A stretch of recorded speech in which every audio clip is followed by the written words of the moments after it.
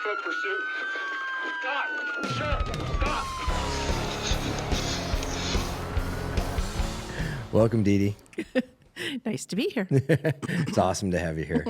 You know, it's funny. You're one of the reasons we're here. I hope so. Yeah. Well, probably more than you know. So funny story. When April and I came to your house and you and Trevor did the whole thing, we did the Facebook post, which by the way was hugely successful when we talked about the Birdtail Ranch and the history and all that stuff. It was, but I remember we left there and April and I were in the car driving back to the office. And I said, that was such a good interview and there was so much content. And April goes, I'll never be able to record it all. I won't do it justice. And we were literally talking, and I'll never forget where we were. We were about in Sun River. And I'm like, we need to go to a podcast. We need to go to... And the other thing, too, we talked about was we didn't get to see the people didn't get to see the interaction we had with you and your son. Mm-hmm. You know what I mean? And I think that was so important and so dearly missed. Like your passion, because you're a very passionate person, and just how you talked about things in your life. And I'm like, well, we're going to write it all down and we're going to try to do our best to memorialize what it was, but it wasn't going to be the same. And so that was actually kind of what started the idea of like, okay, let's go to a podcast. And then obviously you're on the Sheriff's Legacy Foundation, so you were a big part of how we got this off the ground. So it's super awesome to have you here. It really is. Well, just to let everyone know, if you happen to hear dogs and sirens in the background, we don't know what's going on, but yeah, there's something going on somewhere down in the neighborhood here. So just to warn you, I'd say keep going anyway. It's probably a foot pursuit that the city is involved in right now, and he's jumping fences. So scaring the dogs. We'll see if he tries to come into this garage to seek refuge. So we might have that to look forward to. You got too many people carrying in here. Yeah. And by the way, we are not cutting that if that happens. Exactly. No, we're recording every bit of it. And Ben, I expect you to grab that camera and start filming. So anyway, it's super exciting to have you here. And basically how I kind of want to start is I kind of just want to start with where you grew up and, you know, kind of your childhood and your upbringing. Okay. I was at Sims, Montana my whole life, except when I went to college in Fort Collins, Colorado. But my first year of my life, I guess, was out on the Birdtail, which is south of Sims on the way to Cascade. And I don't remember that because I was only one. But I've seen movies. My mom was big into movies. 16 millimeter, as a matter of fact. Yeah. I love 16 millimeter. Do you still have that? I took most of it and got it digitalized, but too soon. I should have waited another 10 years, and then I think it would have been better. But yeah, I have all of that. Yeah. Oh, that's awesome. Yeah. We were able to do it in San Francisco because actually my mom and dad traveled a bit in the winter. They would take a trip, and there were some scenes of San Francisco in the, I suppose, 50s. Oh, wow. 50s, yeah, I would say. And so there was a place in San Francisco that did this, and then they got to keep the original 16 millimeter film. That's amazing. Yeah, my mom loved doing that. And then she went to 8 millimeter, and it was a big deal at our house then in Sims when we moved there. Just these 16 millimeter rolls of film, and the projector would come out, and Mom and Dad would have guests over, and we watched movies. So yeah, Dee Dee's talking the technology I love right now, man. This is great. I saw myself, I guess, when I was one, but I, don't remember it. But the Birdtail was where I grew up because that we were out there riding all the time, and my mom and dad had about twice as much acreage out on the Birdtail as they do now, or we do. Barb and I. Barb is my sister, and. In my youth, I was on a horse and we were out there and we were riding, and yeah, it's a very special place for me. And I love Sims too, but I think the Birdtail's more special to me. Yeah. Yeah. For those people who are watching, describe to them kind of where the Birdtail is. I mean, I have my description. I know where it is, so I have my descriptions in my head, but sometimes people don't realize how like Sims and Cascade kind of wrap around back to each other. That's why we have the Sims Cascade Road. Yeah. But a lot of people don't understand that. Can you kind of describe to people where that generally is geographically? Yeah, so if you are on the Sims Cascade Road, then you turn right. When you get to a Four Corners out there, there's a missile site right there. And then you go up and you go over the Birdtail Pass. And if you went straight, you would come out you'd go down through the Sullivan Valley and come out on that cut across from Bowman's to the interstate going to Helena. Yep. But you can also wrap around to the left and come down by the Mission. So it's out in the St. Peter's Mission area. Yeah. Yeah. It's awesome. It's beautiful. It's Yeah, it absolutely is. beautiful out there. Yeah. Well, it wasn't last year. No. No, probably not. I've never seen it like that. Yeah. But this past summer, it was gorgeous. Yes. Yeah. It's really, I say it's unique. It's uniquely Montana. And the reason I say that is it's not high in the Alpine mountains. You know what I mean? Like, it's not like living where I grew up in Bozeman, where it's all pine trees and straight up, but it's so beautiful because it's buttes and beautiful. It's just beautiful out there, and you can see. You know, Well, it's very unique. Yeah. The only other place I've seen buttes like this that reminded me of home was Raton, New Mexico, just south of there. There's the flat top butte and some scrub pine and that kind of thing, and tall grass. awesome. So yeah, it's a unique area for sure. So how did your parents get out here? Oh, that's quite a story.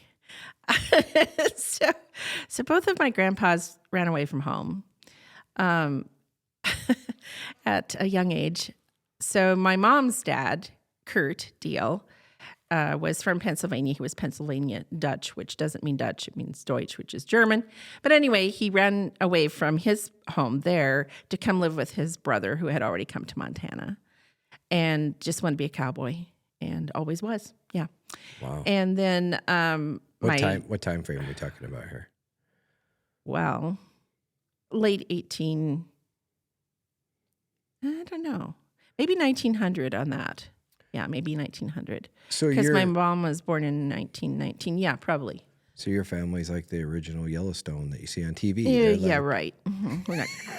Just like that. She's not going there with what's going on behind the scenes, though. No. The only good thing about Yellowstone is the horses. I know. I'm just And teasing. Kevin Costner. I had to go there just to be funny.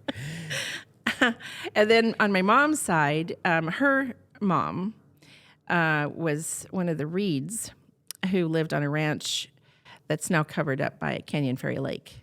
Oh, Yeah. So they came in the late 1880s.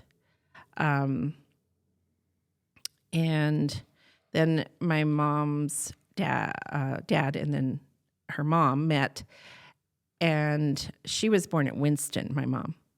And then they moved to White Silver Springs, and that's where my mom went to school. Yep. And then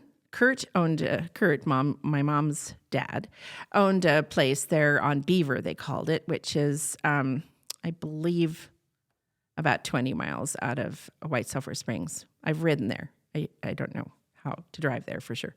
And he needed some winter country because White Silver Springs in the winter is a little high. And so he came over to the Birdtail, and land was cheap, and he bought up some land there. And so then every year, twice a year, there was a cattle drive from White Silver Springs to the Birdtail back and forth.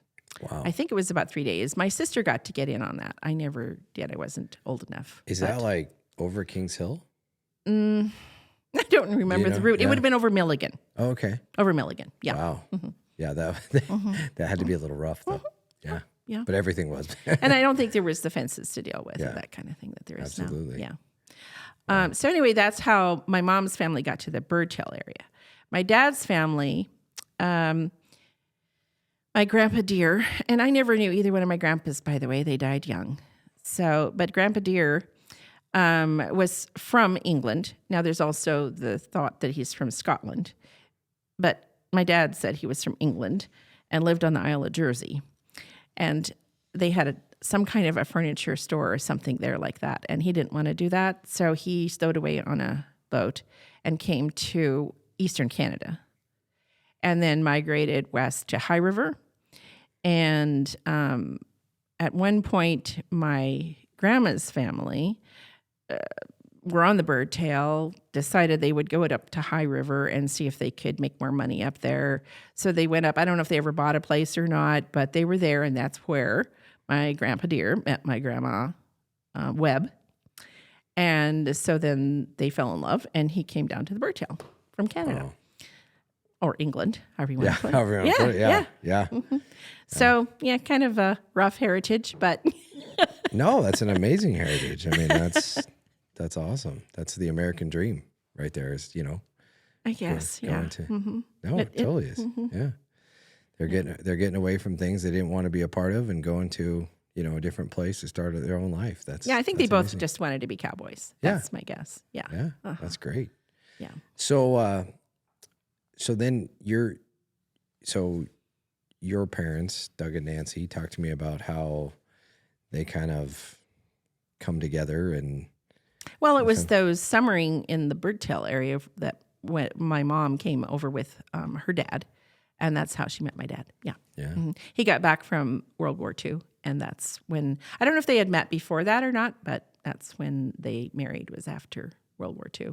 Dad was in for 4 years. And we have a unique family history between you and me because my grandmother and your mother were very, very close friends. Yeah. And that's a neat story. So tell me a little bit about that. Yeah. So I during the war, I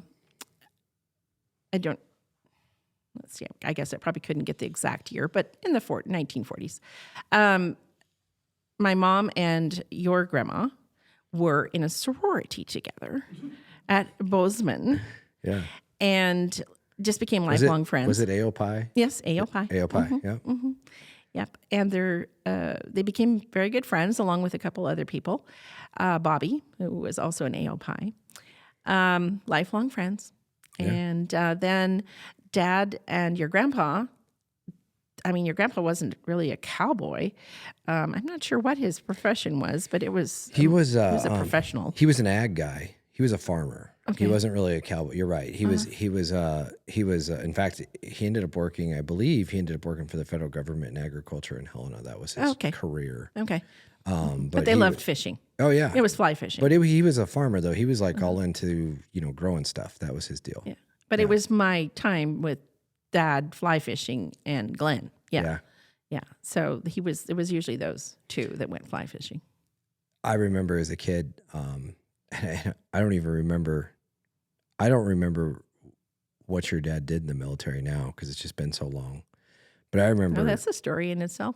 But I remember sitting like during hunting season out at the place in Sun River, the cabin, sitting there and listening to those two tell war stories. Oh man! At some point I'd fall asleep because I was tired because we'd hunted all morning. But man, it was cool. It was super cool. So what talk to me about what your dad Doug did in the military? So I did some reading about it before I went to Rome, Italy, because I knew Dad was on and I probably can't use all of the Army terms that are correct, but he crossed North Africa and came in through Sicily and into Italy. So he made 3 water landings. Wow. I couldn't even make it through one in that movie. No. So Casablanca was the first one, and then they crossed Morocco into Libya, I believe, and ended up then heading to Sicily once they conquered all of that. And I'm watching World on Fire right now on PBS, and that's where Dad was. And so then they crossed into Sicily. They had to take Sicily again, so that was another water landing. And then they got Sicily, so then they had a place close that I think probably they could get some air support, all that kind of stuff from. And then they had to make another water landing at Anzio, Italy. And I took students to Europe all the time. I'm a French and Spanish teacher for 40 years. And I had a student who, we were in Rome, and I said, I really want to go to Anzio. I want to see that cemetery where so many Americans died landing in Italy. And I had one student say, I'll go.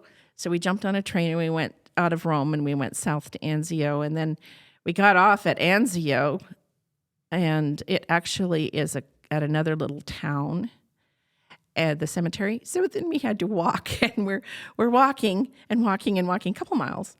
And everybody is saying to me, and I didn't know Italian. I knew French and Spanish, but someone there would know French, Spanish, or English enough that I could say, because their question was always, did your dad, die at the Battle of Anzio? And I go, no, if he had, I wouldn't be here. So they were just wonderful, wonderful people. It was great. That's awesome. And finally made it to the cemetery, and we went in and signed our names, and there were really no other American names there. It's not the famous beach like Normandy. Right. It's the one that did the January offensive. Mm-hmm. And so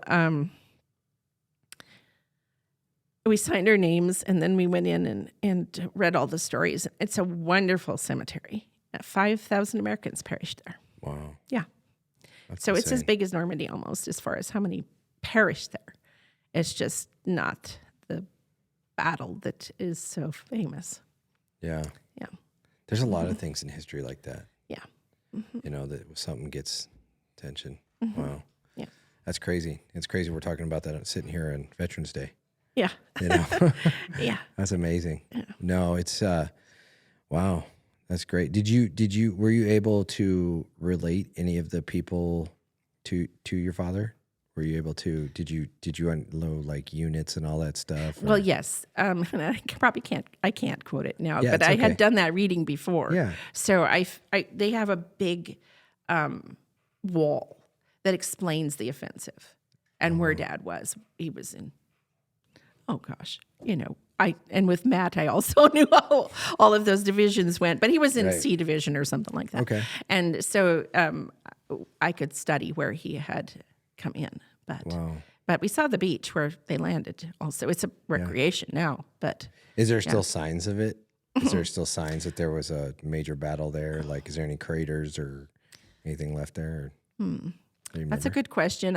It just looked like they had completely turned it into a tourist place. Yeah, it's a great beach. Sand does move over time, Jesse, just so you know. Well, and the reason I say, if you look at, and it's probably aerial footage of like Normandy, you can see the craters and, but I think it's because you're far enough away from it. Yeah, and there could be there. So, yeah. Wow. Yeah, but it was amazing. a great experience. I'll never ever forget that. Yeah, and it really affected the person who went with me too. Her name was Anna Parker, and so she's from the Valley, and made a lifelong traveler out of her. She'll tell you that. Yeah. Oh, yeah. Yeah. That's amazing. That's super. The then and now photos of those beaches are absolutely incredible. Like she's saying, it's all play now, and then they show the exact same place in the past. Wow. Yeah. Frightening. Absolutely. No, it is. It's humbling when you see that type of thing, when you realize what occurred there, and then it's almost surreal when you see those places, and afterwards you're looking at it going, "There's people recreating." You're just like, "This is crazy." It's kind of a humbling There's thing. a really good museum that the English did. It's in Portsmouth. It's close to Normandy, just across the channel or something there. And because I've been to Normandy too, and I've there's another major battle beach there where the Canadians landed. Begins with an A. Can't say that right now. It's on the French coast too. And those are all super well done and super visited by people interested in World War II.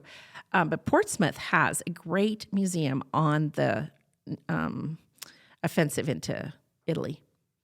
And very well done. I really enjoyed awesome. seeing that. And I was really glad that it was done because it just has been kind of lost in history. I mean, not lost, but certainly no attention paid to it, and the sacrifices that Americans made. Yeah, Yeah. No, it's amazing what media and historians will grab onto sometimes. and then they won't. I hear these stories all the time. Well, I think it was supposed to be the decoy. That's my understanding, is the whole offensive into Italy was to try to get Hitler to think that that's where the main offensive was, Right. while they were preparing all of the other incredible things that they did to make that landing happen in Normandy.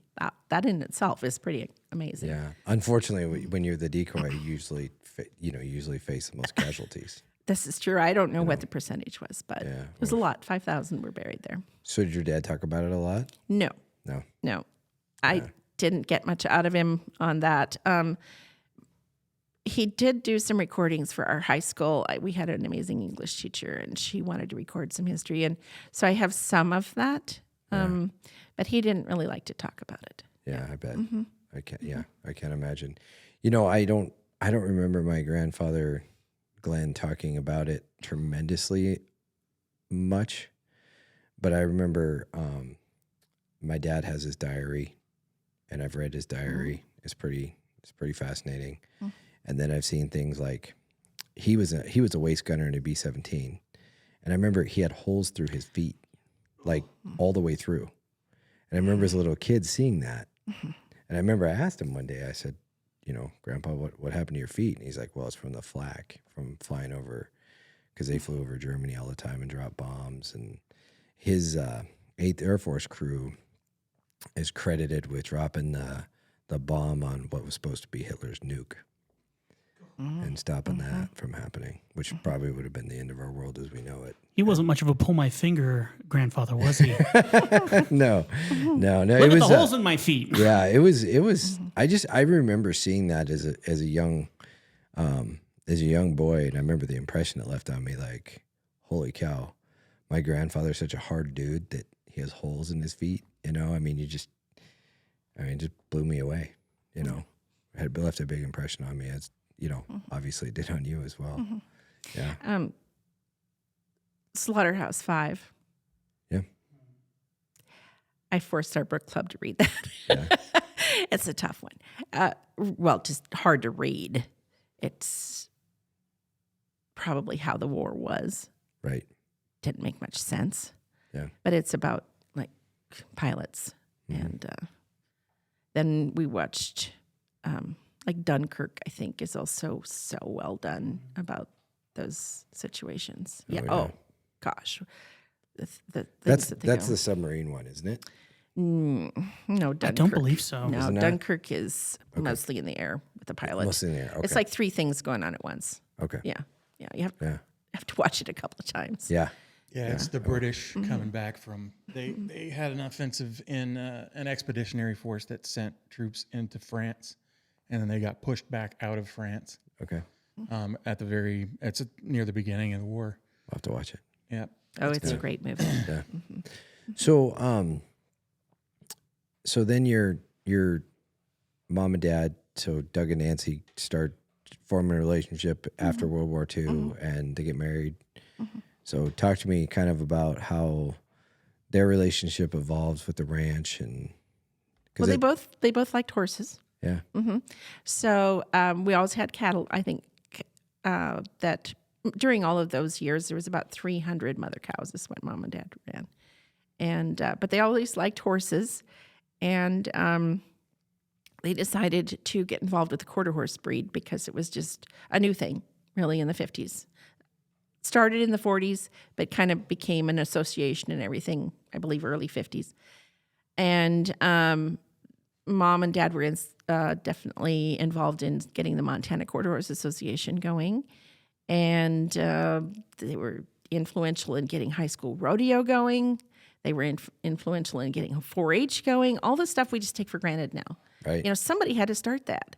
Right. And it was those folks back in the 50s that did that. absolutely. Yeah. And my sister probably was in some of the first high school rodeos. So when I came along, they were kind of the norm. But That fast. yeah. Yeah. Isn't that crazy? yeah. So what did your sister do in rodeo? I think Barb mostly barrel raced and did pole bending. Okay. I don't know if she did any roping or goat tying.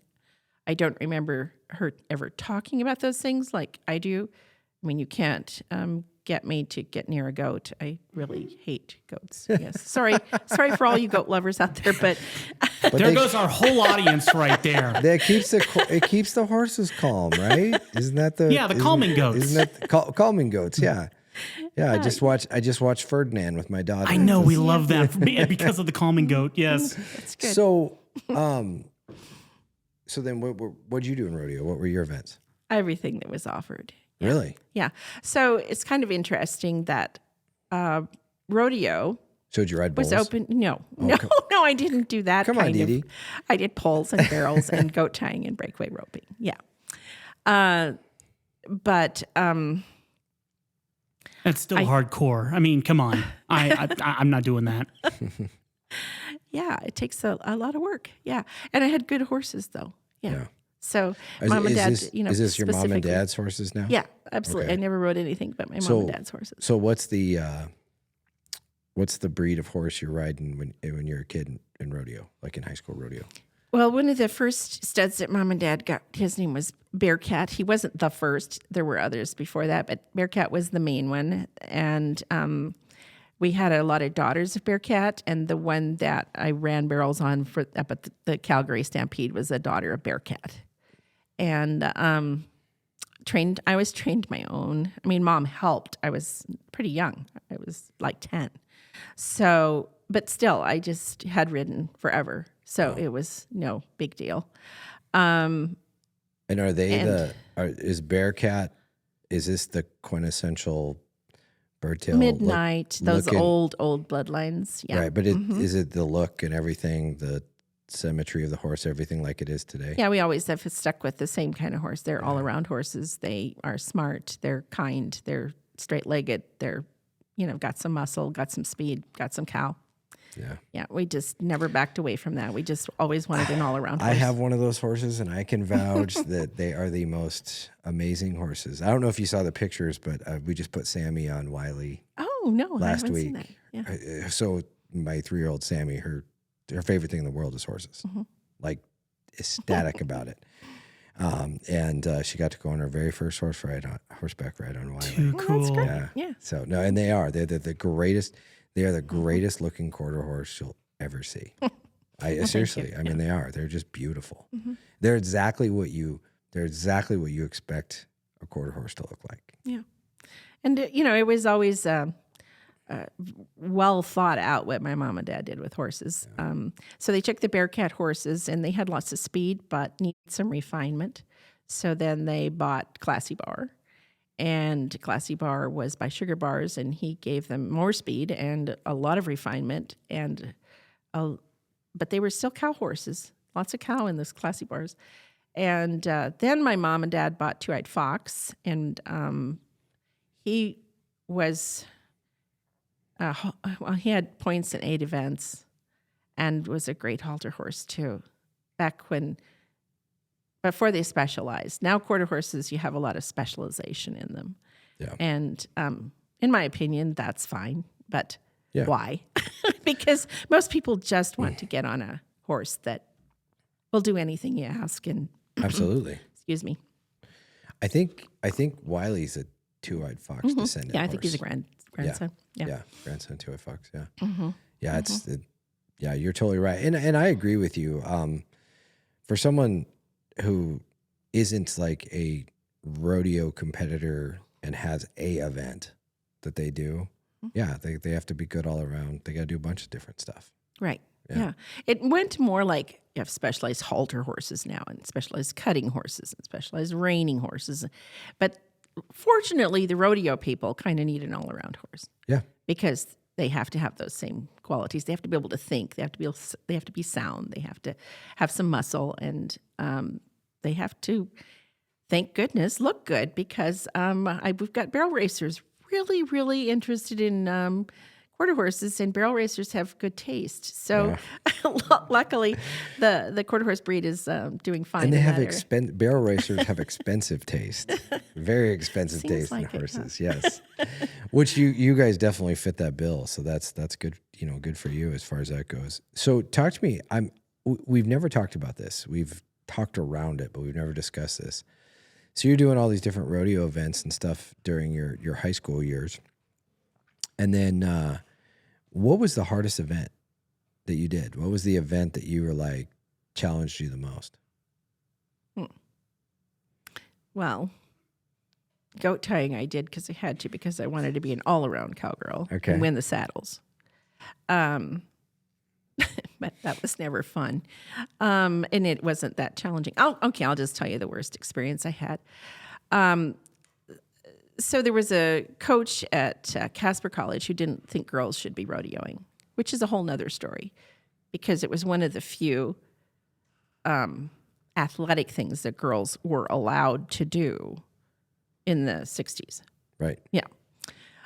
You couldn't do basketball. You couldn't do, volleyball. You couldn't do those. You could do track and rodeo. That was it. And fortunately, I mean, maybe because of my folks, I don't know, they had girls. So there are as many rodeo events for girls as there are for guys, pretty much. It's pretty equal in high school. Right. And the same in college. Yeah. So roping just took so much practice. But again, I had good horses. But I never loved roping. Some people do. I mean, they just absolutely are passionate about it. I just did it again because I had to in order to be an all-around cowgirl. And then pole bending they don't have in college, so that kind of ended after high school. And so then there was barrel racing. And, I definitely, that's my love. Yeah, barrel racing. Yeah. Barrel racing. Yeah, it's like, I just enjoy watching Trevor, my son, training barrel horses now so much. In fact, I sort of watched a video coming in. Am I not supposed to do that? Probably not, but it's your kid. I get it. It just came in this morning, and I hadn't watched it yet because I was on the way. Oh, well. Is this anyway, because he's down in Texas, he's right? in Texas, yeah. Is this like a recent video that you just did? Just today. Wow. Yeah. Oh, wow. Well, maybe yesterday. But He is so talented. yeah, Holy cow. it looked good. Yeah. I could see an improvement over last week. He's got a futurity horse down there in Texas working with a trainer. So, yeah. Okay. He'll be competing December 4th to the 11th in a futurity at Oklahoma. Oh, yeah. He's so how many horses did he take down there? He just took her and another one that he was just starting, but he's working for the trainer. So he's riding a lot every day. Riding other horses too. Yeah. And yeah. We had talked about it, and he was telling me he didn't know if he was going to take 2 or 3. He didn't know. And Right. we were discussing It all lined out really nicely. He's Good. He's learning lots and getting to take one that he's actually riding the horse for someone here in Great Falls. So, Okay. Yeah. Awesome. That's fantastic. That's great. So let's talk real quick about, so you've given me a little insight in this before, but I want people to hear this. Talk to me. You're very detailed about your parents' methodology to the whole horse thing. Talk to me about that. They had actually a plan. And, I kind of applied it too when I married Leonard. You know, it's if it works for horses. Hang on, and There I you don't go. There you go.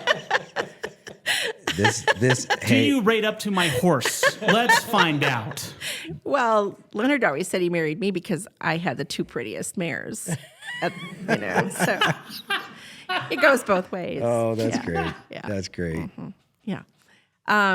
But it was always, what do we need next? So Classy Bar refined the horses, but they tend to be a teensy bit pigeon-toed. It just was a characteristic of, I suppose, all the sugar bars. I don't know. Because I don't think the Leos were, and that was the bottom side. So Mom and Dad were very specific. We have to have a horse that's going to improve those front legs. It didn't bother horses until those Classy Bars until they got really old, but Right. it was a little something that could be improved. So Two-Eyed Fox really straightened up all of that and added a little more height and talent and all of those things. And disposition, that's always really important. So then after Two-Eyed Fox, we needed something to breed him to. So we actually went back to J. Page was another stud that my mom and dad had for a while, but he died.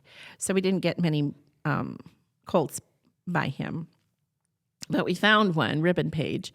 And so we bred Ribbon Page to the Two-Eyed Fox daughters for a long time. And then those guys got old, Fox and Ribbon got old, so then we needed new studs. So we started looking at investor horses, investment. Zippo was one of the horses we had. They were really popular pleasure horses at the time, but what people don't know is the investor was actually a cutting horse before he became a pleasure horse sire. So, there was still plenty of that in that line. But I think that When did investor come on? in the ranch? 90s. So was he like Palomino colored? No, he was a sorrel horse, but Sorrel horse? there were some Palominos around. What was the? Impressive, maybe? Are you thinking of Yeah, that one? That was a halter horse. But Yeah. he was Impressive himself was terribly talented athletically. But, Yeah. my mom and dad never did any line breeding or inbreeding to speak of. Right. And what happened with the investor horses and the dock bar horses and those, they kept inbreeding, and then they got diseases, and then they got skin diseases and all kinds of stuff. So, need to avoid that. But Yeah. some people can't help themselves. They just think if you got a little bit of dock bar, a lot will be great, but it isn't. Yeah. So, yeah. No, I don't think that's ever good. Mm-hmm. No, that's awesome. Let's take a quick break, and when we come back, we'll continue. If you haven't noticed lately, Cascade County is booming, and one of the places I depend on to get all my construction needs is Builder's First Choice. Whether you're a contractor or a do-it-yourselfer, Builder's First Choice has everything you need. Stop out and see their amazing staff for all your building supplies today. Are you looking to replace those floors in your home? Or maybe you're doing new construction? The place I trust is Contract Flooring Carpet One. This is a locally owned and operated business here in Great Falls, and they are committed to serving you and giving you the very best prices and the very best product and service. Go see Contract Flooring Carpet One today.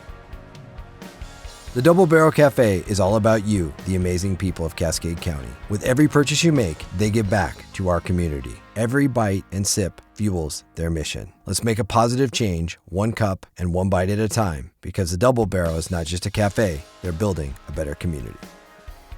When deciding who I would trust for the technology component of this podcast, the choice was simple: Information Systems of Montana. Whether purchasing products for business or when I had them build me a new MacBook to catch child predators, they delivered, creating a solution for my exact needs. Contact Information Systems of Montana today.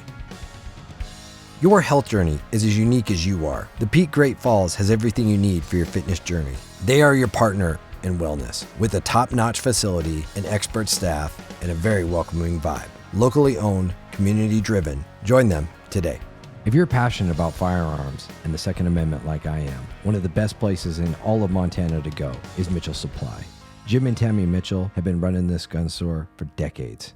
They're major supporters of the Second Amendment, and they're major supporters of our community, and obviously they're supporters of this podcast. For all your firearms needs, go check out Mitchell Supply today.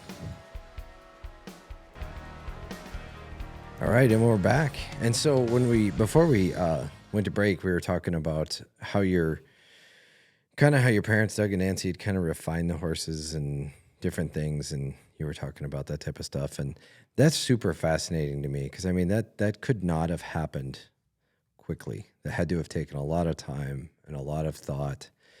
And what was their? I mean, I get it, but how did they network and then find other horses to bring in to make, the Birdtail brand so strong? Because nowadays, right? You go, well, we have a Facebook group, but back then, how did they do all that? We had a really strong Montana Quarter Horse Association. That was one of the things. But the American Quarter Horse Association really took off, and it's a great organization.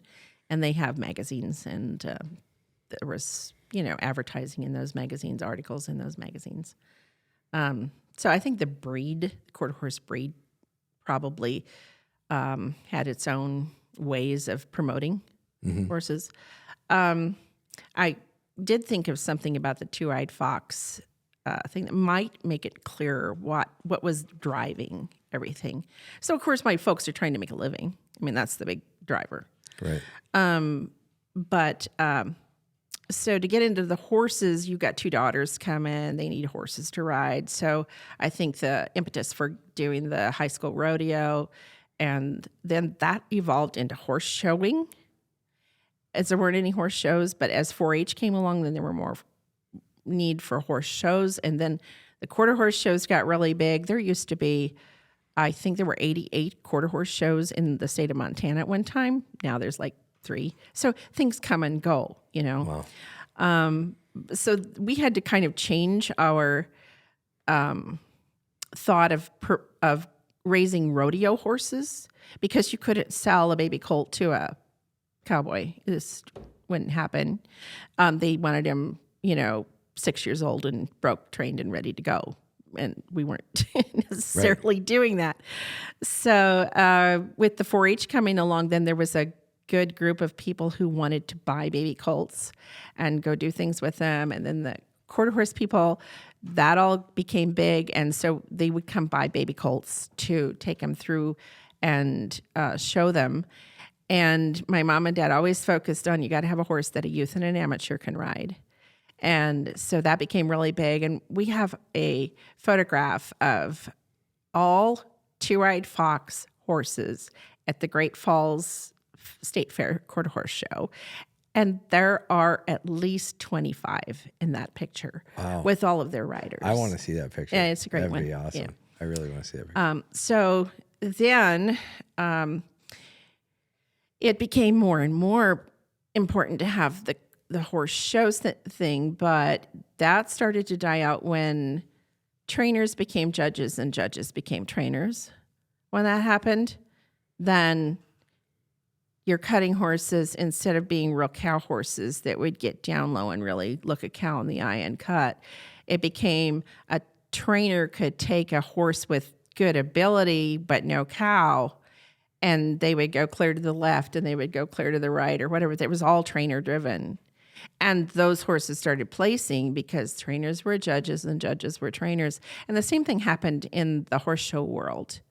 You had people making lots of money as trainers and then getting their judge's card and making sure that their other trainers were placing high. And it became pretty political. So the politics of things It comes did. in. Yep. Yeah. All good things lovingly spoiled by politics. Well, that and money, yeah. Yeah. It became a rich girl or boys game. You couldn't just, not everybody could quarter horse show.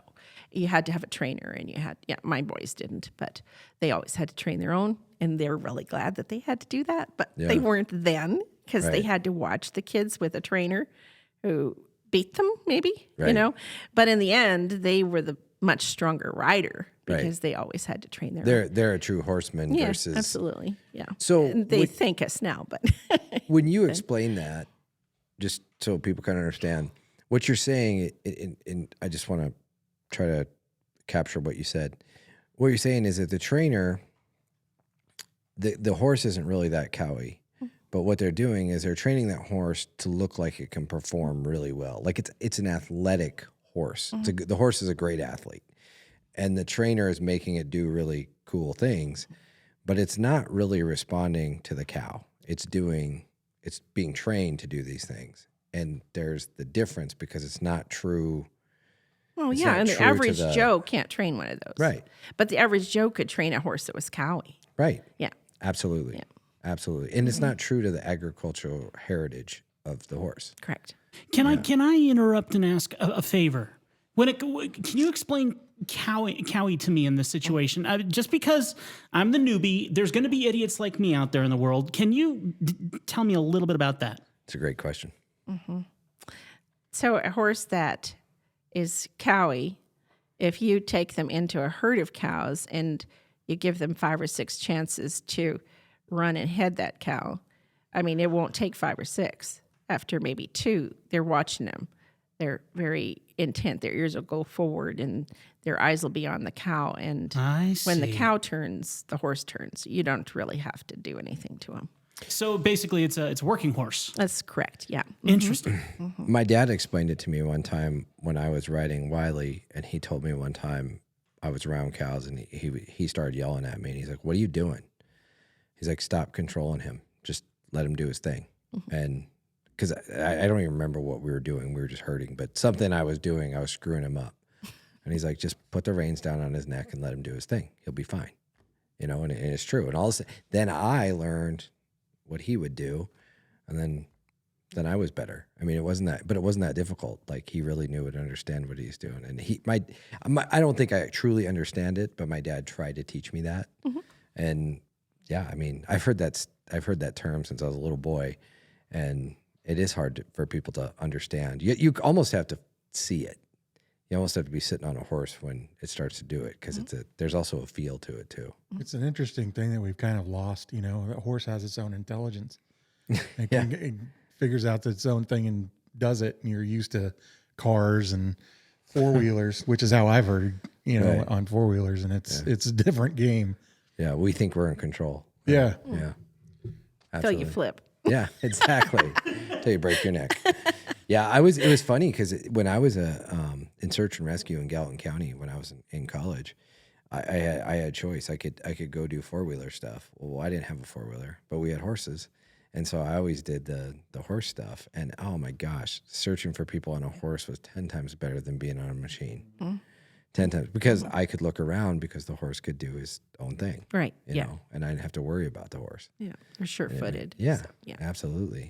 It was truly amazing. So let's go back real quick, because we kind of got ahead. So you go through high school, you rodeo. Were you a good student? Yes. Were you a 4.0 student? I wasn't Dee a Dee? 4.0 student because I took pretty tough classes, I guess you could say that. 3975. Yeah, pretty close to that. I mean, I had my difficult teachers now and then that they weren't going to give me an A ever, no matter what I did. So you're going to have a B now and then. Yeah.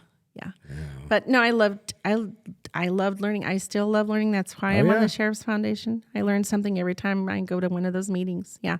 One of the reasons you're so humble, that's why you learn so much, is because you're such a humble person. Every time I'm around you, you're never. I mean, Look at her and how quiet she's staying right now as I you know, say that. I Good know, heavens. I know. Yes, I am, Jesse. Yeah, she's not going to say yes. She's just like, oh, I am. But no, you are, and I think that's what's made you a great student. It's how you got to be like that. So you're in school, and then tell me about the whole search for college. Oh, okay. So yeah, I'm a senior in high school, and I know I want to. Sorry, let me interrupt real quick, because you lived in the Valley. Yes. But where'd you graduate? I graduated from CMR. Yeah. But I went 10 years at Sims, and I took 2 years of French there, and I loved it. And then I always was a piano player and a singer, and I loved music. And at the time, our music teacher was questionable at Sims. And so for academic reasons, I transferred to CMR, drove in there back and forth every day. That was a great experience to get to go to CMR. It was really awesome. Yeah, I took 2 more years of French and started Spanish. So I had 4 years of French and 2 of Spanish when I graduated. And then we had chanteur choir, which chanteur and chanson choir. I got to name them. Awesome. We had a contest. Mr. Holscher had a contest to name those 2 choirs, and I won. Nice. It's my name to fame. That's a legacy right there, right? Absolutely, yeah. Awesome. It was just so great. Yeah. So I got a great education from CMR, and then I wanted to major in one or the other, music or foreign language. And at that time, I know that's all changed now, but Missoula didn't have a rodeo team. I had to have a rodeo team. Yeah. They had great language school, but great music school, but no cowboys. Yeah. And Bozeman had plenty of cowboys, but their music and language programs. This was way back in the 70s, guys. I know that's all changed. That's all they had was cowboys in the 70s. Pretty much. That's true. Yeah. Which would have been fine for the dancing part, but Right. yeah. Right. So my mom and I just took off driving, and we went south, and I looked at a number of schools, but when we drove into Fort Collins, I just said, oh, I love this place. And the school had everything I wanted, and a big vet school there. So I knew that the rodeo team wasn't that great, but they had a rodeo team and the vet school is there. So I knew there'd be, occasion to date the proper type of people. No, let's face it, the proper cowboy, right? Yeah. So I figured I would be happy there, and I totally was. Yeah. Colorado State's a great school. For those who have never been to Fort Collins, it's amazing. Yeah, even today. Yeah. It's not Even as today. pretty as it was when I went there. No, it's not. But I mean, if you go into Fort Collins and you go downtown and you drive, it's still beautiful. Yeah. Yeah, it's expensive, but it's really, it's really, really. It was just a college town like Bozeman when I went there. Very similar, actually. Very similar towns. Yeah. Awesome. So, talk to me about college. Did you rodeo in college?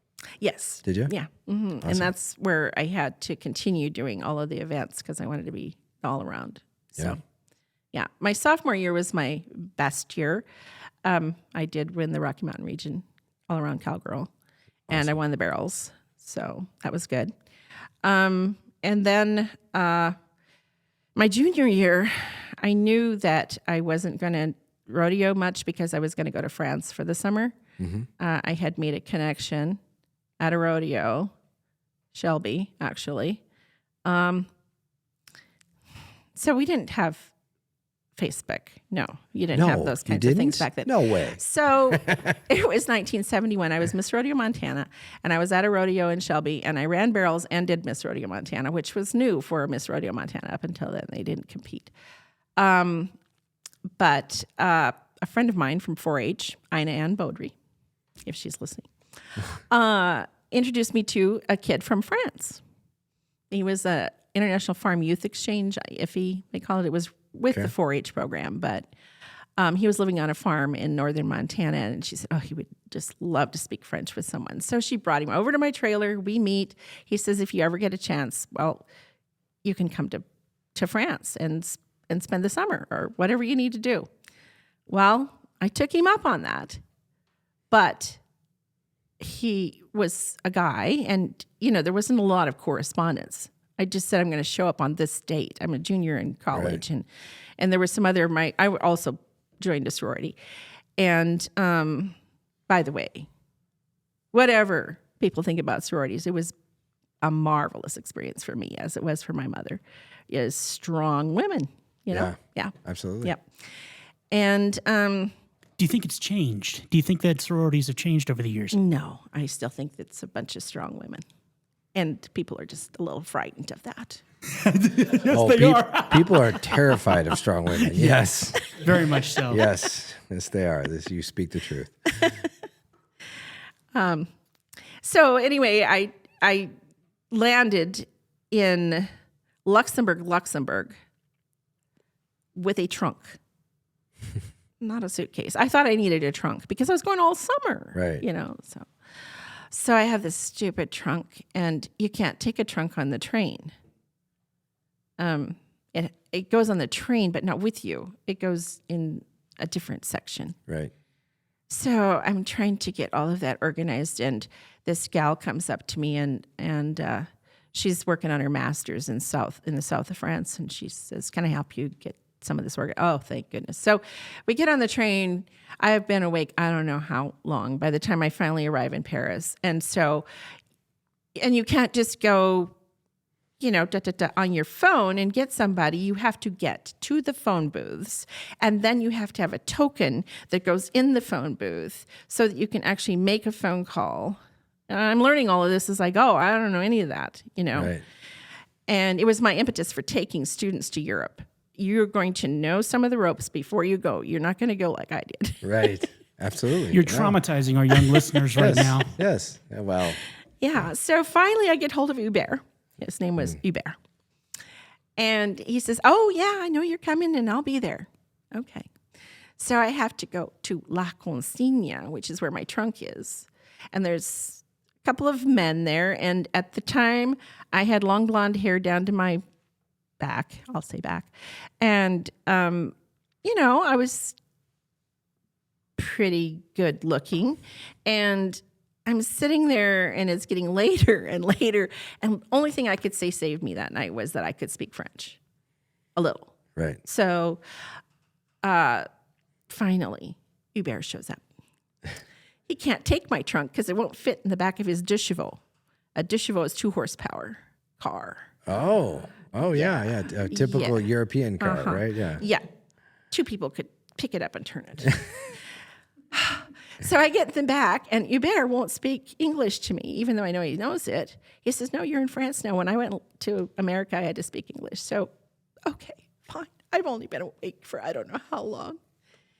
Oh, there were other faux pas in between all that, too, with food and stuff. But we finally get too close to Hubert's house. But we don't go to Hubert's house. He brings a friend, Philippe, with him.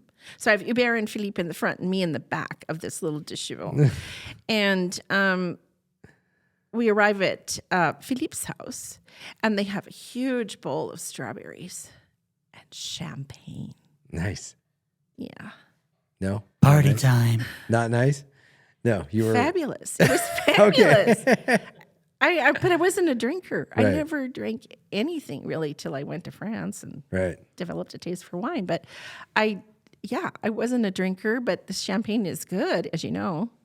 And the strawberries were delicious. So I had strawberries and champagne. I don't know what time in the morning, 2 in the morning. Yeah, after you have not slept for 36 hours. And yeah. then they took me to this one of Hubert's sister's homes.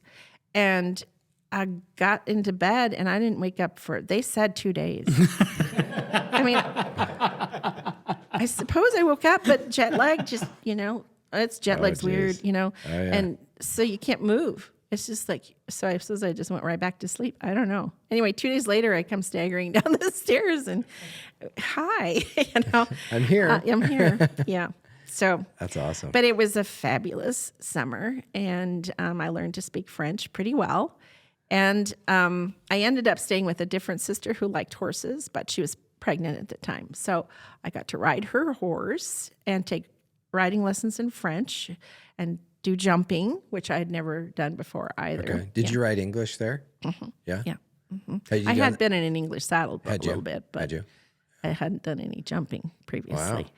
But the thing that I kept working up on their horses, they would let me ride a horse to do the jumping. And I got to ride a pretty nice horse, But Marie-France's casquette, which is the helmet, it was a little too big. So every time I'd go over a jump, it would cover my eyes. That was interesting. And I didn't have any form over fences whatsoever, Right. but you couldn't get me off. Right. So, they let me have some fun. So it was That's great. amazing. Yeah. That's awesome. So that's your junior summer and your Yeah, junior. yeah. So you skipped rodeo. Did you quit rodeo that year, or did you just skip it for that year? I just skipped it pretty much for that year. Yeah. Well, we had bred my mare that I ran barrels on because, Okay. of course, that was what my mom and dad did. Right. They raised horses. So Yeah. it all worked out pretty fantastically. What was the name of your mare then? Classy Jelena. Okay. Yeah. She was the best barrel horse I ever had as far as how much she won for me. My very best barrel horse was when I trained later. But at that point, I don't know. I had 2 little kids I was teaching, and we had all these mares to breed. And there was too much to like rodeo. So Yeah. she just got trained, and I showed her at a few quarter horse shows. But she was the one that probably would have won a lot. Right. I had another mare that I trained the senior year of college. I trained her and sold her, and she went on and got 6th in the nation that year. The girl went to the NFR with her. Yeah. She was really, really great too. Yeah. How many horses have you guys had over the years? And you have them, maybe you trained them, and then you sold them, and then they went on to do major things. Well, there were a lot that we sold locally that did really great things in Montana. Some of the gals, I think it was just probably all gals, actually went to the American Quarter Horse Association big year-end show and placed a lot. So we have quite a few, I guess. Did you ever have like seller's remorse? Did you ever sell one and you're like, oh, we wish? Did that ever happen amongst the family, where you sold a horse and it, maybe you were expecting it to take off, and then they did amazing things, and you? Mostly, we sold young horses, babies. Yeah. Yeah, so you didn't get too attached. Okay. Yeah. Yeah. As far as the older horses that we sold, I don't I don't know. I always rode a mare. I always was one that was going to go into the broodmare band. I've got a gelding now. Yeah. First one in my life. Really? Yeah. Mm-hmm.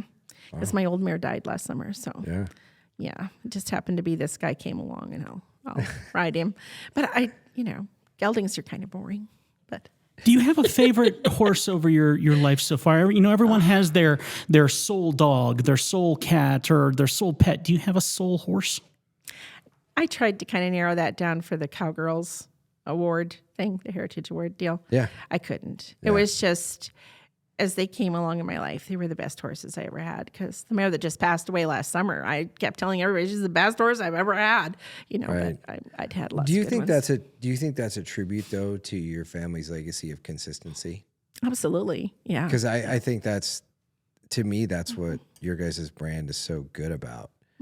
And I will agree with you. So Wiley's mother, Venice, was a neighbor of ours, and that's how I said I want one of these horses. But I was the first male who could ever ride her because she would just, and everyone thought she was a mean horse. And I was around her on the ground, and she wasn't mean at all. She just liked a gentle hand. She liked someone to be gentle with her, and I finally convinced Andy, my friend Andy, who had her, finally convinced her. I said, "Can I ride her?" And I rode her all the time, and she was an amazing horse, and she had a lot of spirit. She was, there was definitely a high drive in that horse. Yeah, and it's funny because higher drive than Wiley. I mean, Wiley's not as, he's way more chill. And she was closer to Classy Bar. Yeah, one generation. Yeah, and they had lots of get up and go. Yeah. Oh yeah. Oh man. Yeah, crazy athletic horses. Yeah, that was the first time I'd ever turned a horse when I was like, just flipped her, and I was like, oh my gosh. I mean, everything I could do to stay on. And it wasn't anything crazy. It's just they move. Yeah, she would move right out from underneath you, not on purpose. Amazing stuff. So after college, you get off, go get married, and the rest is history, right? So tell us about that. Okay. So my very first job had nothing to do with my degree. So what was your degree? My degree was French and Spanish teacher. Okay. But when I was at Colorado State, they also offered, again, the groundbreaking thing that now is just taken for granted that every place has a horse program. There was no horse program, but there was an old ex-Army guy there who had done horses in the military. You can still kind of do that. I think there's divisions you can do that. And he was the teacher in the animal science department, and he taught riding.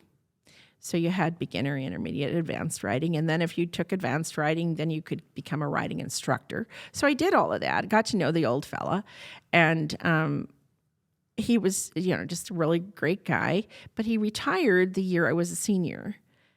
And they had hired someone else in the fall of my senior year.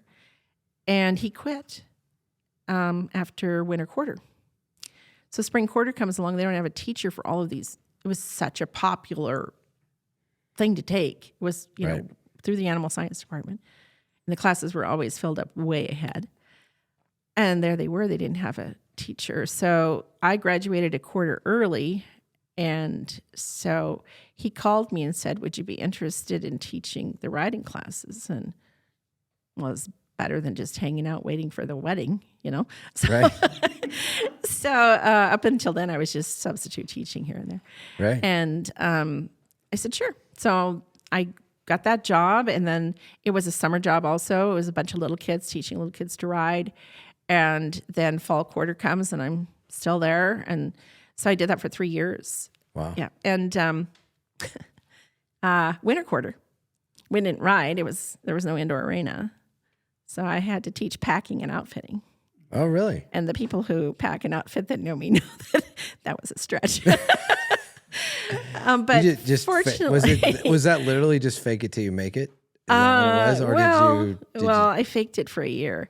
But we had our stable manager. He knew how to teach it, so he taught me. And so I was the supervising teacher, gave the grades, did Right. some lectures because there was also a little light horse management we tossed in there, you know. And then I did teach a light horse management class too. But yeah, that was a whole new learning curve for me. But when I got done by the third winter, I could tie all of those hitches, the diamond hitch and I don't know. I can't remember all their names now, but I had Right. we taught 5 hitches and mantying and, you know, all of that stuff. So, yeah. So that I never, you know, stopped learning. That's awesome. So how long do you stay in Fort Collins? We moved back to Montana in 77, 78. We rodeoed all summer. Yeah. Yeah. Because you get married down there, right? Yeah, in 73. Okay. Yeah. And so Leonard wanted to try to get the Rookie of the Year. So he joined the PRCA and we rodeoed that summer. He was runner-up. Didn't make it. But. Oh, wow. What was his event? Oh, bulldogging was by then Oh, yeah, his main really? event. Yeah. still I think wrestling. that is one of the coolest. Yeah, but he rode bulls and barebacks too. yeah. Yeah, in college, high school, Little Britches down there. We didn't have that here, but yeah. I think bulldogging though it's one of my favorite events to watch in rodeo. Yeah. Because it's kind of like rough stock with the horsemanship. Yeah. It's like a hybrid. Because it's a hard sport. And Leonard was a good hand. And again, that's why he liked the mares. I'm really Right. not kidding about that statement. But he didn't know anything about training. His dad and mom ran a sale barn in Colorado Springs. And so his dad would give him a horse. Leonard would get on it and get it going good enough that it looked okay in the auction ring, you know? Right. But you know, Leonard had the experience of getting the horse to where he could rope on him or whatever, and then they'd sell him. He had that experience. I had never had horses sold out from under me really, but Right. Leonard had that experience, and had been on a lot of horses that probably weren't too talented. So when he started seeing my mares and how good they were, and he started bulldogging on one of the ones that I roped on. Oh, really? Yeah. Mm-hmm. Which horse was that? Blackie was her name. Oh, really? Classy Angelita was her real name. Blackie. Yeah, he bulldogged on her and did well. Yeah, That's won awesome. some stuff on her. But then we moved back to the ranch in late 77. And Trevor was just 1, not yet. Okay. And then we had decided that we were going to try to artificially inseminate mares. So we'd both taken the classes at CSU. It was the best place to get started in that. And for a couple of years, we had to get like the rud fences put up and get some decent, you know, places you could have outside mares. But through the 80s and into the 90s, we bred anywhere from 60 to 85 mares every spring. Wow. Yeah. Wow. Yeah, so I would come home from school. I was part-time at the teaching thing, but then I'd come home and just start my next job, and then I had 2 kids. Is this in Sims? Yeah. Oh, so you're literally part-time at the high school doing the artificial insemination thing, which was probably more than part-time, and had 2 kids during that time? Yeah, so Holy cow. from March, we were foaling out too. So from March until after the sale in August, which was August. So those days were full. Were you when your mares had foals? Were you asleep in the barn? We did that some, yeah. Did Yeah. But we had a super facility. My mom and dad had put up an indoor barn, and so many people think that they have to have the box stall. And, you know, with horses, really, you just need to know how nature would do it. So we would have maybe 5 mares in the barn. We'd put the straw in the middle, because you didn't want a mare having a colt along the edge if you could. But they'd go find the straw, and the other mares all move away. You know, it's like they know what's going on. I do that with my cows now, too. I put them all in the barn together, and they move away, you know, and let the cow have her calf or whatever. But we did that with the mares, and we probably got up 3 times a night. And the kids got in on that. Matt and Trevor will never forget, that they had to get up in the middle of the night and check mirrors. Held it against us for years. But my mom was dyed in the wool, fold out bed in the barn the entire time, like weeks out there, and I remember being in college and, well, you do have to where's Mom? live too. I mean, you have to get enough sleep so that you can do the rest of your job well. So, Absolutely. No, I agree. Yeah, but we had it all worked out. We'd take turns checking. Yeah. But sometimes if it was like you're going to get maybe 3 that night, you would just stay down. We had a lab, of course, because if you were AI and you had to have a refrigerator and microscope and all that stuff. So it was heated. Yeah. So you could sleep right in there. That's awesome. Yeah, we did that a lot. Mm-hmm. That's awesome. Let's get into kind of this whole business is now kind of taken off and being yours, and we're gonna and especially now your kids. So we're gonna get into that next. But before we jump into that and wrap up, we're gonna take a quick break. If you haven't noticed lately, Cascade County is booming. And one of the places I depend on to get all my construction needs is Builder's First Choice. Whether you're a contractor or a do-it-yourselfer, Builder's First Choice has everything you need. Stop out and see their amazing staff for all your building supplies today. Are you looking to replace those floors in your home? Or maybe you're doing new construction? The place I trust is Contract Flooring Carpet One. This is a locally owned and operated business here in Great Falls, and they are committed to serving you and giving you the very best prices and the very best product and service. Go see Contract Flooring Carpet One today.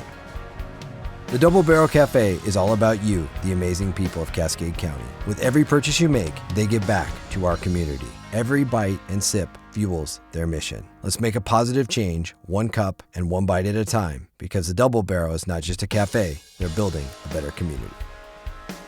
When deciding who I would trust for the technology component of this podcast, the choice was simple: Information Systems of Montana. Whether purchasing products for business or when I had them build me a new MacBook to catch child predators, they delivered, creating a solution for my exact needs. Contact Information Systems of Montana today.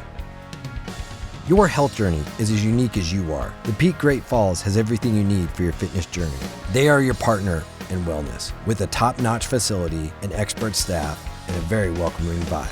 Locally owned, community-driven. Join them today. If you're passionate about firearms and the Second Amendment like I am, one of the best places in all of Montana to go is Mitchell Supply. Jim and Tammy Mitchell have been running this gun store for decades. They're major supporters of the Second Amendment, and they're major supporters of our community. And obviously, they're supporters of this podcast. For all your firearms needs, go check out Mitchell Supply today. All right, and we're back. What do you think of our ads? They sound good. Yeah. Yeah, I like them. They're it's hard to do that. Well, I had to do ads too. Did you? Oh, of course. Yeah, we had a horse sale every August. So did you years. do radio and TV ads? Yeah. Mm-hmm. Awesome. Mm-hmm. That was like a world famous auction. Yeah, we got a good crowd. Yeah. I never went to it. I mean, I was always there during hunting season, but I always hear about it. My dad would always tell me about it, and it was pretty neat. So, we were talking about your horses having foals, AI, which is artificial insemination, not artificial intelligence. We were making a joke during the commercial break about that because we thought if we said it's AI, kind of the same thing, isn't it? Yeah, but this generation, they're going to be like, just slightly. They had AI back then, really? It came that far, didn't it? Wow.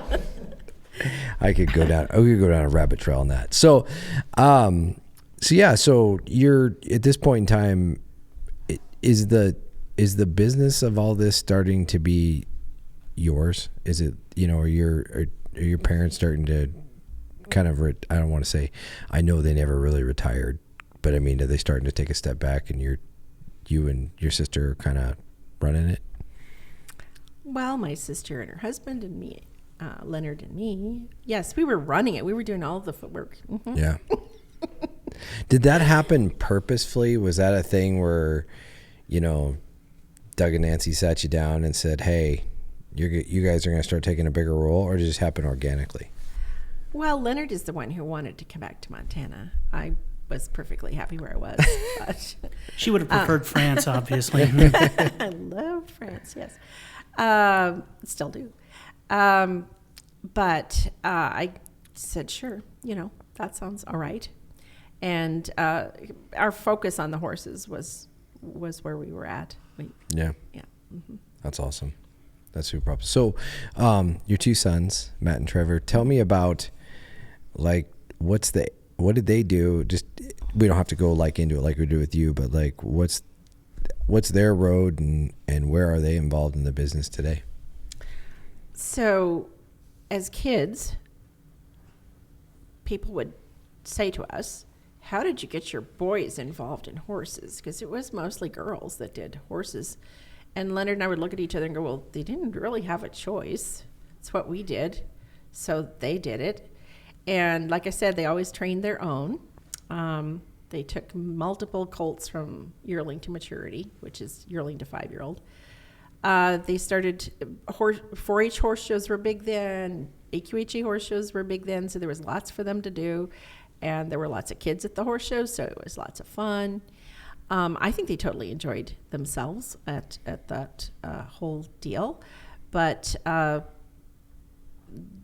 that did was just give them a basis for their next step in their lives. And maybe it was just the horse sale. I can tell you about that. Every year I did a book. And I have those books, and they have stories in them, but all the pedigrees are there. And everybody in July would be calling and saying, when's the baby book coming out? That's what it was called, the baby book, with all the baby colts in it.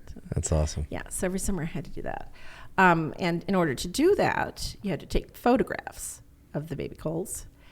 And it was the kids and me that broke the colts to lead, got all the pictures. And so Trevor and Matt would be out there holding the mare and then, trying to get the colt to put his ears up. And you couldn't have the colt really next to the mare. You had to kind of have him silhouetted. And I had good cameras, and I could take a good horse picture. But a lot of it was down on your knees because you don't want to, Anyway, they can get really out of proportion really easily. And so the poor kids grew up just having to get those photographs. And both of them are photographers. That's great. So I don't know. I must have had some good influence. Absolutely. That's awesome. But mostly I was, telling them what to do, and it was, hard on them. I know that. So anyway, that was, kind of you just don't know what direction your kids are going to go. Read the room, though. Sheriff Jesse Slaughter. What was his dad? Tim Lee, what was his dad? Ben, I don't know about you, Ben. I don't know about your parents and such, but I got to tell you, the room reads pretty obviously. We follow our parents' footsteps. It's pretty clear to see in here. Yeah. So after high school, and the horse showing thing, that was the main thing the kids did. I mean, Matt played football and stuff, but the main focus for them was probably the horses. So Trevor had graduated and gone to Oklahoma State, first of all. And that was all financially driven. Sorry, Bozeman. Sorry, Missoula. But Oklahoma State, my kid went to school there for $5,000 less a year. Oh, yeah. Yeah. So. Well, and aren't they the Cowboys anyway? Yeah, they are the Cowboys, but I mean, Trevor was an economics major. But it's meant to be. I mean, it just was meant to be. International business and economics is what he majored in. But he was close to horse trainers, and he wanted to continue doing that. So during college, he did actually continue doing the horse training thing. They didn't have intercollegiate horse shows yet there. Back east, they had that. But Matt then comes along, and Matt always challenged me just a teensy bit. He's a great student, but I think he finally chose West Point because he thought he needed some rules. and regulations to keep him lined out in life. I think he would still say that. So he could qualify. He had grades and everything that was really good. Both grade students, I never had to ask them to do their homework. They were wonderful. God only gives you what, you can manage. And had I had to have a kid that didn't do homework, it wouldn't have been a pretty sight. So Matt goes back to West Point and, does the boot camp, survives that, starts classes. And pretty soon he had found the stables. And so he started hanging out there, and pretty soon he started riding horses. And college horse showing is very different. You have to climb on a horse that you're not familiar with. They belong to the school that you're at. And so you have to climb on that horse that you don't know and go do your event. And you have about 2 or 3 minutes to get used to that horse before you go. And at this point, that's when Matt realized that the training he'd had made him a far superior horse athlete than the people who'd only had trainers train the horse and they climbed on him. Right. Because he had to sense within 2 or 3 minutes what his horse was capable of and, then make him do it. He became the trainer on, And so he started excelling, and pretty soon he's on the West Point horse show team. And so he did that for 4 years, showing and he got a lot of English, a lot of jumping. Yeah, he had a great experience there. So both of the boys through college kept up with the horse thing. Yeah. But then after college, Trevor went to New York City for 8 years, and I just really don't like to tell his story because I wasn't there, and it's just, I think in that fashion industry, stories really evolve in strange ways because you never hear the same way twice. So they exaggerate is what they really do. They grow out of proportion. He is on my very short list to have on, so we're gonna hopefully we'll go down that road. So yeah, so he gets back there and he was in with a bunch of friends from a fraternity, and because he joined a fraternity, and they did. So he had friends from the fraternity, and then also he had done some theater along with his academics, and so wanted to be an actor. Maybe, I don't know. Yeah. They both of my kids did speech and drama in high school, and ends up teaching riding at this Chelsea Piers. They have a horseback riding thing there, and he just went out and wanted to ride one day, and it was $100. He said, I'm not going to pay that. And so he always called me Dee, both of them do. That's hilarious. And so I said, well, go back and see if they need someone to teach riding. Maybe they do. And sure enough, he went back and they hired him on the spot to teach Western riding. Yeah. So he's working at Chelsea Piers teaching Western riding, and this other guy brings a girl to ride. And so he's given the riding lesson, gets to know this guy. And the next thing I know, Trevor's saying, well, I'm going to these bars and I'm entertaining. And I went, okay. Well, the club kids, I guess they call them. Yeah, that's what it was in the day, club kids. And so they went and they had to they kind of dress up. They provided instead of just downtime for people in bars, they could, be entertained by these folks. I don't know. Anyway, they had to have these different costumes, and Trevor made some chaps and wore them, and some famous person bought them, and then they wanted more, and pretty soon they're doing fashion. Club kid fashion, and it's selling like crazy. So then they formed they gave it a name, and one of the gals from Southern Methodist is where Trevor went to school for his last 2 years. One of the girls from there was still with them, and she became the coordinator person, and then Richie and Trevor became the designers, and then they hired some people to sew and stuff, and so this business called Heatherette came to be. Wow. And they did shows in the tent, which is where they have the big fashion shows twice a year, September and February. Yeah. So I went to fashion shows. Yeah. In New York City. Yeah. That's amazing. Yeah, for about 6 years. Well, it's probably all that international travel and all that stuff you did that probably influenced it vicariously. I have no idea. But Trevor had no trouble putting on a fashion show because he had put on a horse sale. There's no difference. An event is an event is an event. If you think about it, I would sit there because I always went before. I loved to see what happened before. Right. And, the models would come in and try out, and all this stuff was going on. And then pretty soon they'd pick the model, and then they'd pick what they were going to wear, and they'd take a Polaroid picture, and they'd make a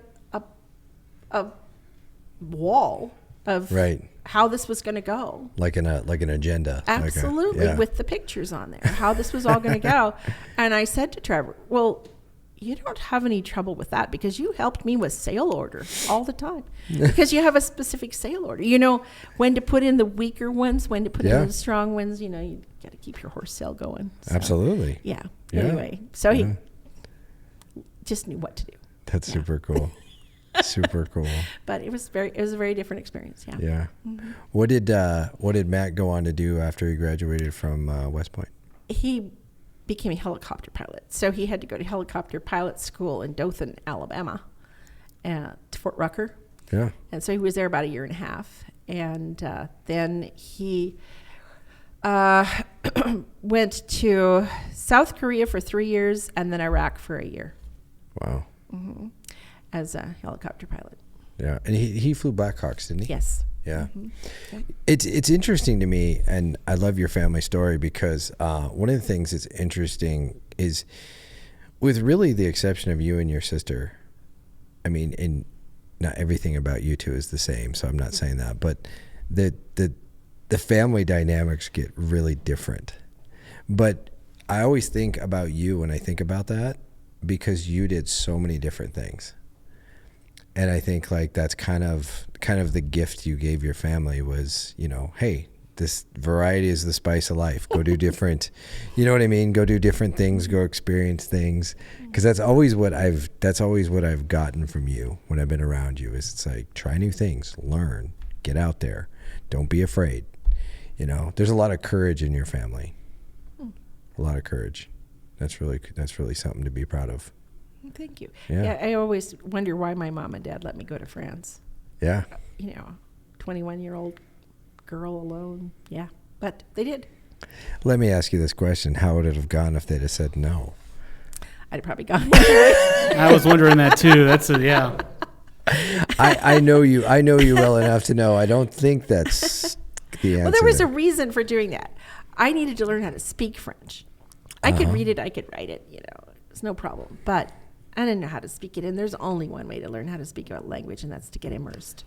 Yeah. No matter what anybody tells you with Babbel or whatever, you got to go get it immersed. I'm actually trying the Babbel thing right now, so don't judge. 'Cause I'm still going. What language? Spanish. You going for Spanish? Good for you, man. Yeah. Oh, I know. No, I gotta get good at Spanish. When you have Dee Dee right here next to you to teach you, and you're going for Babbel. Between Dee Dee and I's schedule, we have time to sit down and do that. So I'm just happy she invites me out for brandings. That's all I care about. That was a lot of fun. We really should take out the cameras and get you doing that over at her ranch. That'd be cool. That's up to Dee Dee. If Dee Dee allows that, cool. I would be more than happy to do that next time. But my daughter and I had so much fun. That's great. That was great experience. You were good super help. Fun. Oh, it was an honor. It was super fun. So this is the Pursuit podcast, and one of the goals that I'm really passionate about, and I truly believe this, is that Cascade County is this really unique community.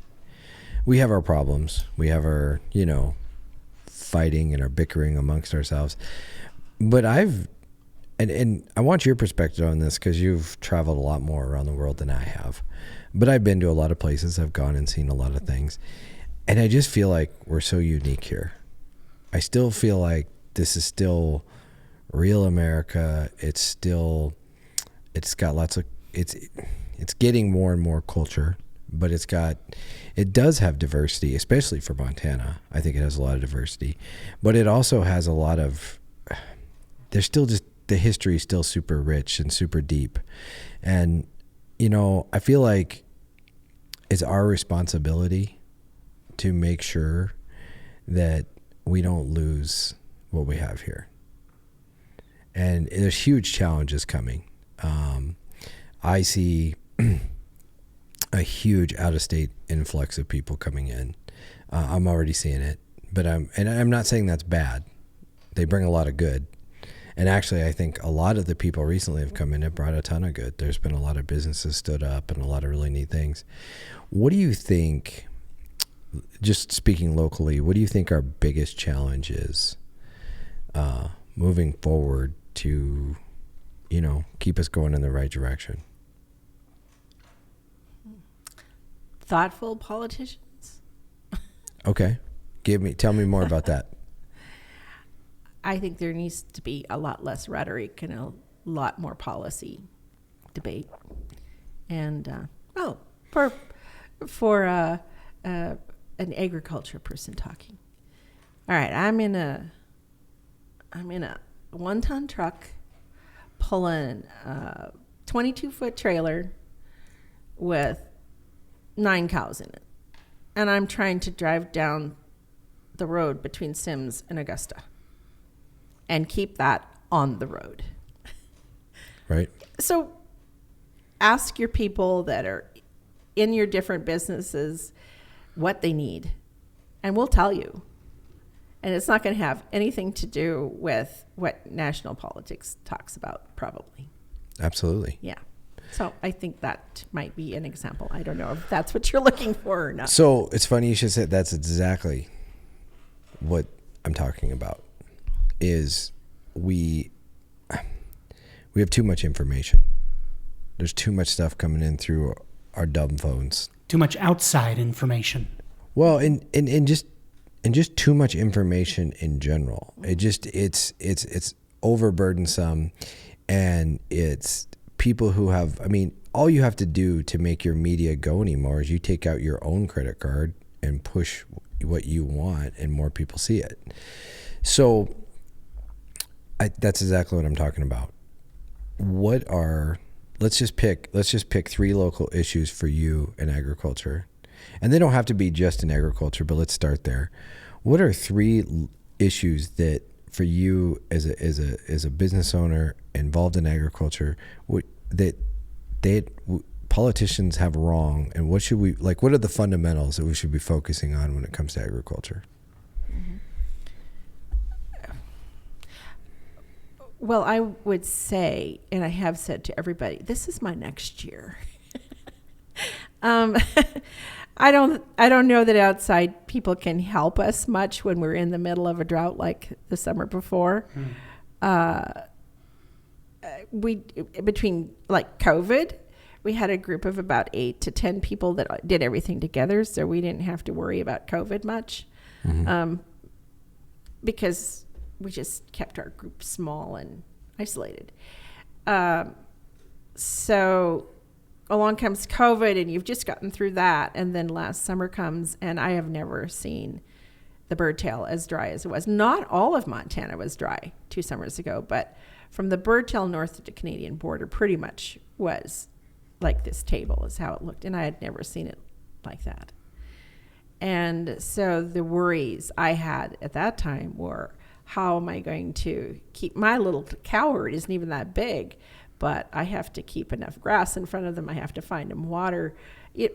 We're really involved pretty much with just taking care of livestock to the best of our ability, because the prices, we can't control that at all. We can't control Mother Nature. So I think it's how agricultural people deal with what the hand they've been dealt. Right. Do you do that with class? Do you figure it out? Or, do you just get out of the business? But then along comes this year, and last year prices weren't bad, but they weren't, great. So we get our calves all sold, and our cows are thin, but we fatten them up, and then the hay prices go crazy. You can't control that thing. Right. So then along comes this year, and it starts raining, and the grass is, honest to goodness, as high as this table, which is probably, 4 feet, waving in the wind, just beautiful. Where that came from, I don't know. I mean, it looked like the table last year, and now the grass is as high as the table. And there's water everywhere, and then the price jumped like crazy. So this is my next year, and I had no control over it. Right. So between Mother Nature and the market, which is now a world market, it's not local anymore. It's not, did my neighbor need beef? No, it's not about that. It's about, did the world need beef and there's a shortage somewhere? That's what controls the price on that. Right. So I would say for agricultural people, it's more how to deal with what we're dealt. Yeah, absolutely. Do you think it's good policy for people in politics to just like get out of people in agriculture's way? I mean, just let them do their thing, like less restrictions, and let them, because like you say, there's already so many variables you can't control, and you're very resilient to it. I mean, people who stay in agriculture, they're very resilient to it. Yeah. They're used to it. They're used to the swings and the changes. Is there too much government interference, or should there be more? Should we as our government, and because we're the people, so we are the government, should we start empowering them to do more for agriculture? Well, the interesting thing is I never got any kind of a government payment for a cow Right. till COVID. Right. And then suddenly, now I get a little check for drought or whatever. But before then, you had your dairy people getting money, and your pig people getting money, and your wheat people getting money, et cetera. But ranchers with cattle never saw a dime for anything up until the last couple of years. So I would have to say that, the farm bill was great to me. I mean, I got a little check in the mail when I wasn't expecting it. But that was due to drought. It wasn't due to just being there. My understanding is that the reason we have a farm bill, which is such a minute portion of it, actually goes to family farm agriculture. But the reason we have it is to keep food cheap in the United States of America. And that's a great thought, because so many countries of the world, maybe 80% of what they earn goes to food. Right. Where that is not the case here. As much as we complain about the high prices at grocery stores, it's a minute part of our income. Yeah. So very that's true. my understanding is why we have the farm bill, to give price support to industries that need it. But I think that Farm Bureau, I know their policies really well. Thank goodness for Farm Bureau. That we have political action groups that actually go to Washington and talk on our behalf. The thing people in agriculture can't do is go down into that rabbit hole you were talking about and think that they're not going to get the whole field in with dirt, if they aren't careful. So it's great that we have these organizations, Farmers Union, Grain Growers, all of those people know what they're doing because they're real farmers and ranchers, and they're standing up for what we need. I think water, is something that I have it well managed on my place, and I have, things through the state of Montana so that I can use that water. But as a whole, I don't think I know much about water. So thank goodness there are people who are in these organizations that go and say what needs to be said for farmers and ranchers. So those organizations are vital. Absolutely. Yeah. Water is like worldwide is becoming like a currency. Mm-hmm. I mean, it's a big deal. And for people in agriculture, it's everything. It's everything. Well, like in Colorado, we used to get hay from up in the mountains. And because of the big cities, which is another thing, like with Great Falls, be careful. Pretty soon Great Falls gets the water, and the farmers don't. So you can tell that story in California, but I could also tell it in Colorado. The cities needed water, so they went to all of the ranchers up in that high mountain hay area, and they bought up all their water rights. And so that water all got diverted to the cities. And so now you can't get that hay anymore. Yeah. I came up through the Arkansas Valley a couple of years ago. It's just a disaster. The water has been cut back so much down there that those wonderful watermelon farms and everything that I knew in the 70s, they're just, every other farm is shut down because they can't get water. So, yes, this is a big issue. That's one thing I hope So when I was a kid growing up in the Gallatin Valley, it grew so fast. I mean, it just grew at this like exponentially enormous pace. And it was kind of after I left where it really exploded because I was here by then. But one of the things that helped with their growth a little bit is most of the people, I shouldn't say most, a lot of the people moved into the county. And so they moved they either bought places or they moved into bigger subdivisions and whatever. And the actual city stayed small for a while. That's not so much the case anymore. But I hope as it grows here that it doesn't all just like you said, I hope it doesn't all just come right into the city and grow. For multiple reasons.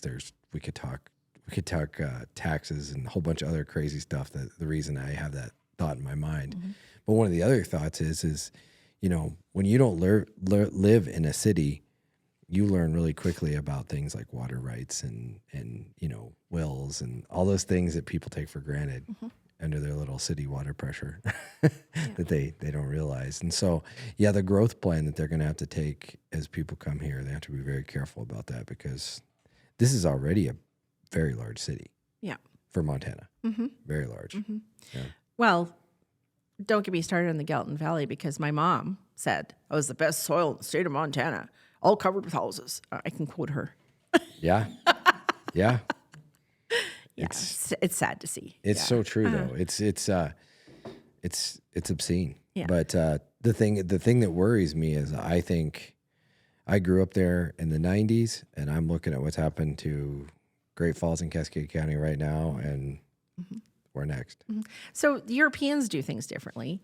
Very few Europeans live on their farm.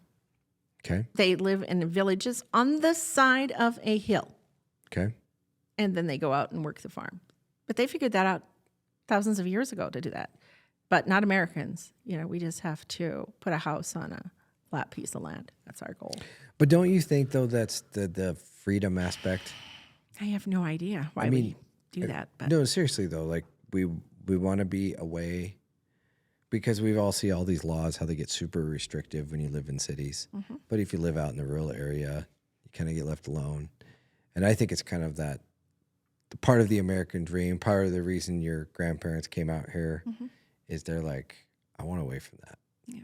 I want away from all that. And you don't get that if you live in a village on the side of a hill, I mean, you get it when you go to work on your farm, but you don't get it in the meantime. Right. And I think people like that.